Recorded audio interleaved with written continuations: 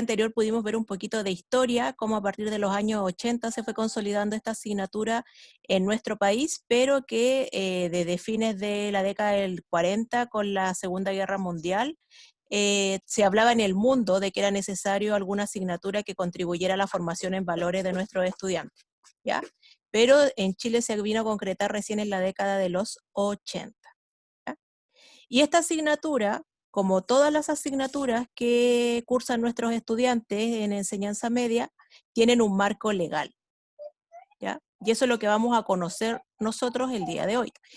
¿Cuáles son las leyes que están en la asignatura de orientación? ¿Ya? Marco legal de la asignatura de orientación en nuestro país.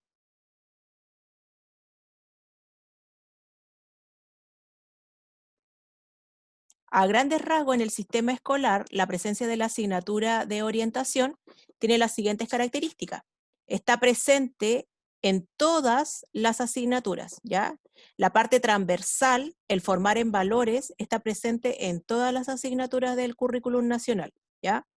Pero sí específicamente en la asignatura de orientación, que esa está como tal dentro del plan de estudio de nuestros estudiantes y tiene 45 minutos, ¿ya? Y eso está a cargo del profesor jefe. Y esta asignatura está presente en los estudiantes de nuestro país desde primero básico hasta cuarto año de enseñanza media, ¿ya? Eso es lo primero que tenemos que saber. Todos hacen la asignatura de orientación, ¿ya?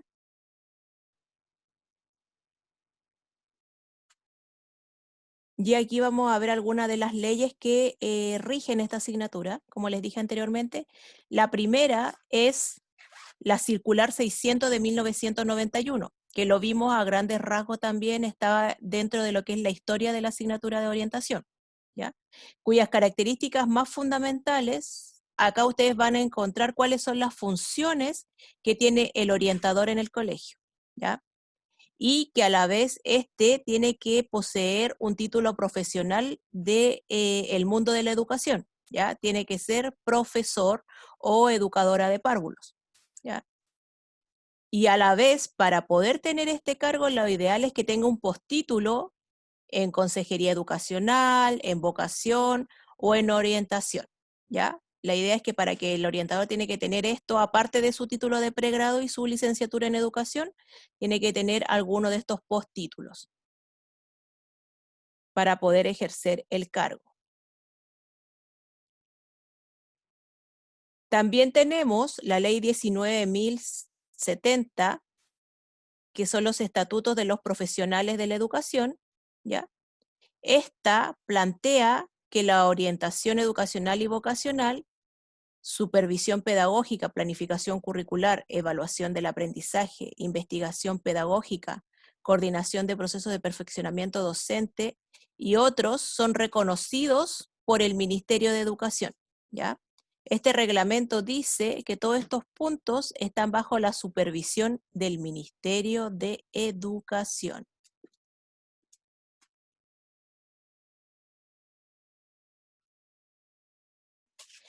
Hay una pregunta en el chat, que acá me preguntan si un psicólogo que tiene un postítulo en educación puede ser orientador del colegio, ¿ya?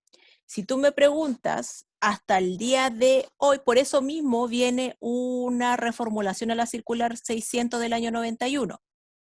¿Por qué? Porque se han visualizado ciertas irregularidades o falta de conocimiento de la ley, y hay personas que ejercen el cargo de orientador en los colegios, pero no son profesores de base, ¿ya?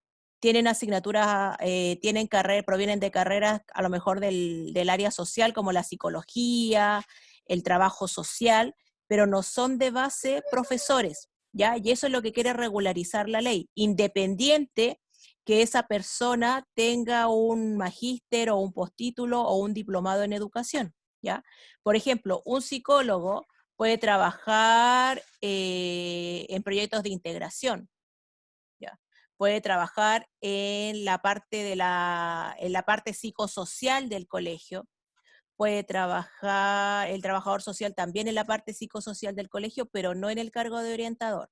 Entonces, esta reformulación al decreto 600 o nueva promulgación que se haga, viene a tratar de regularizar esa situación, ¿ya? No, no cualquier persona puede tener un cargo directivo de orientador, ¿ya? El orientador tiene que ser de base profesor o educadora, ¿ya? Y estar en posesión de un título, ¿ya? Entonces, hoy por hoy, si tú me preguntas hoy día, sí pasa en los colegios, pero no corresponde. Entonces, por eso la ley va a venir a regularizar esa situación.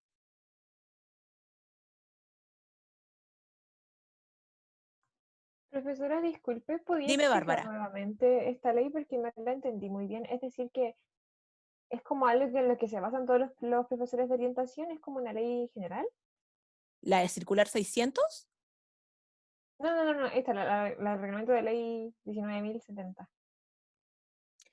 Esta dice que todos los lineamientos que tengan que ver con la asignatura de orientación van a provenir, van a venir y son reconocidas por el Ministerio de Educación. O sea que Ah, significa ya. que antes de enseñarla tiene que pasar por un proceso, tienen que evaluarla bien. Exacto, claro. Todos los programas de estudio de todas las asignaturas de nuestro país pasan por una unidad que se llama Unidad de Currículum y Evaluación del Ministerio de Educación. Y ellos son los que validan que corresponda a lo que de verdad tiene que aprender un estudiante durante su formación. ¿Ya? Entonces, las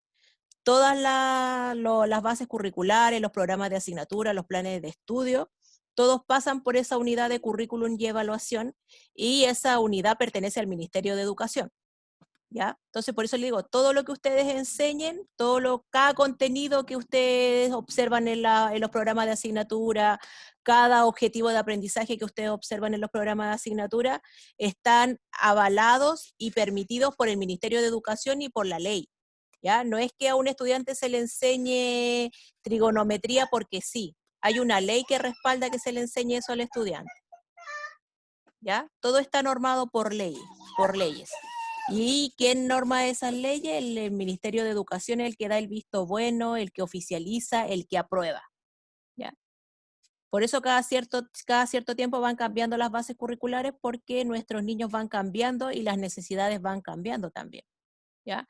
O como pasó en este momento, que hubo que hacer un ajuste, un cambio radical, y salió de un día para otro rápidamente, tuvieron que crear la priorización curricular, los fundamentos de la priorización curricular y las orientaciones de la priorización curricular, porque lo que teníamos en contexto de pandemia no nos servía.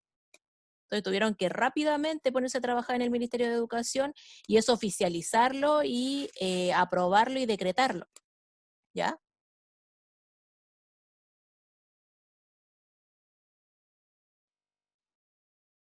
Acá tenemos otra ley que avala la asignatura de orientación, la Ley General de Educación del año 2009, ¿ya?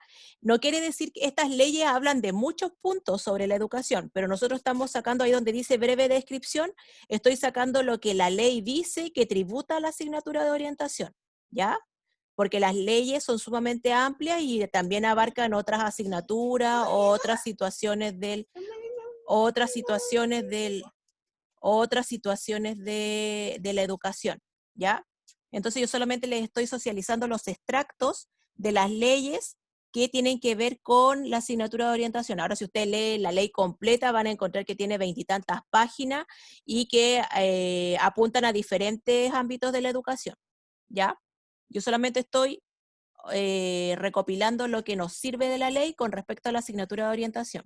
¿Ya? Entonces, esta ley avala que exista la asignatura de orientación, la Ley General de Educación, porque en una parte de la ley dice que, que esta asignatura abarca etapas de la vida de la persona y que tiene como finalidad alcanzar el desarrollo espiritual, ético, moral, afectivo, intelectual, artístico y físico mediante la transmisión y el cultivo de valores, conocimientos y destrezas, ¿ya? Igual esto está vinculado con lo que es mucho el concepto de enfoque por competencia, ¿ya? Yo necesito que el estudiante maneje conocimientos, que maneje habilidades y que también sea una buena persona, ¿ya? Y esto avala que exista la asignatura de orientación, ¿ya? Esta ley también dice si es necesario que exista la asignatura de orientación. Otra ley que tenemos es la 20.248 del año 2008, que se llama Ley SEP. Por lo general se conoce como Ley SEP, que significa Subvención Escolar Preferencial, ¿ya? ¿Qué quiere decir esto? Que a los estudiantes que presentan un alto índice de vulnerabilidad socioeconómica, el Estado envía un poco más de dinero por cada uno de esos estudiantes a los establecimientos educacionales para que haya una equidad y todos los estudiantes puedan tener acceso a lo que necesiten, ¿ya? Entonces son recursos que tiene el establecimiento educacional en beneficio de los niños. Y donde la ley SEP contribuye a la asignatura de orientación desde el punto de vista que promueve también la convivencia escolar, ¿ya? Trato de resguardar que todos mis estudiantes aprendan, que todos mis estudiantes tengan acceso a la educación, que todos los estudiantes tengan las mismas condiciones de aprender. Por ejemplo, si por factores socioeconómicos el estudiante está un poco atrasado en cuanto a los contenidos o a los objetivos de aprendizaje, esta ley permite que se contraten a lo mejor profesores por la subvención escolar preferencial, o a través de esta ley yo contrato a lo mejor un profesor extra que va a nivelar a esos estudiantes, o que a lo mejor va a ejercer codocencia con el profesor titular y le va a ayudar. Se van a lo mejor dividir a los niños en la mitad van a formar grupos, entonces colabora esto. Y esto también apunta a la buena convivencia y a la movilidad social, ¿ya? Y eso también ahí entra en juego la asignatura de orientación. Otra ley que ustedes tienen que manejar es el sistema, la ley 20.529 del 2011, que tiene que ver con el aseguramiento de la calidad de la educación, ¿ya? Por eso después surge la superintendencia de calidad, ¿ya? Porque tenemos que ver que la educación sea de calidad para la educación parvularia, para la educación básica y para la educación media, ¿ya? Y esta ley viene a regularizar esto, a fiscalizar, a monitorear que se logre, ¿ya? Y también tiene un párrafo que apunta a la asignatura de orientación, ¿ya?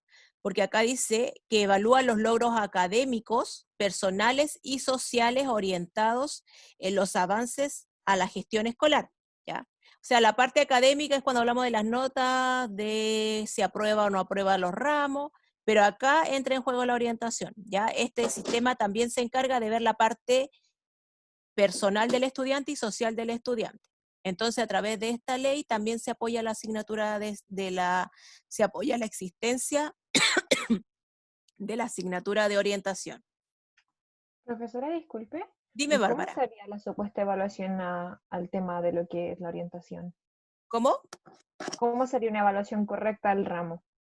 ¿Se darían unas pruebas a los niños? ¿Se vería cómo va el ambiente escolar? ¿Qué tendría que ver ahí como para una evaluación correcta del ramo? Cuando ellos vienen a supervisar o a fiscalizar. ¿Así se hace? O sea, te le estoy haciendo la pregunta que no sé cómo se Pero fiscaliza en ese sentido. con ¿Van a las respecto clases? con respecto a la ley de aseguramiento de la calidad, efectivamente sí, bueno, ellos cada cierto tiempo revisan al establecimiento educacional y no solamente van a fiscalizar la asignatura de orientación, también fiscalizan las otras asignaturas y muchos ámbitos del establecimiento educacional. Por ejemplo, los medios verificadores que ustedes como profesores de orientación tienen que tener siempre a mano, si es que en algún momento van a revisarle a ustedes específicamente la asignatura de orientación, o también puede que te vayan a revisar la asignatura de matemática, o la asignatura de inglés, o la asignatura de biología, les puede tocar cualquier asignatura, o a veces van y revisan todas las asignaturas.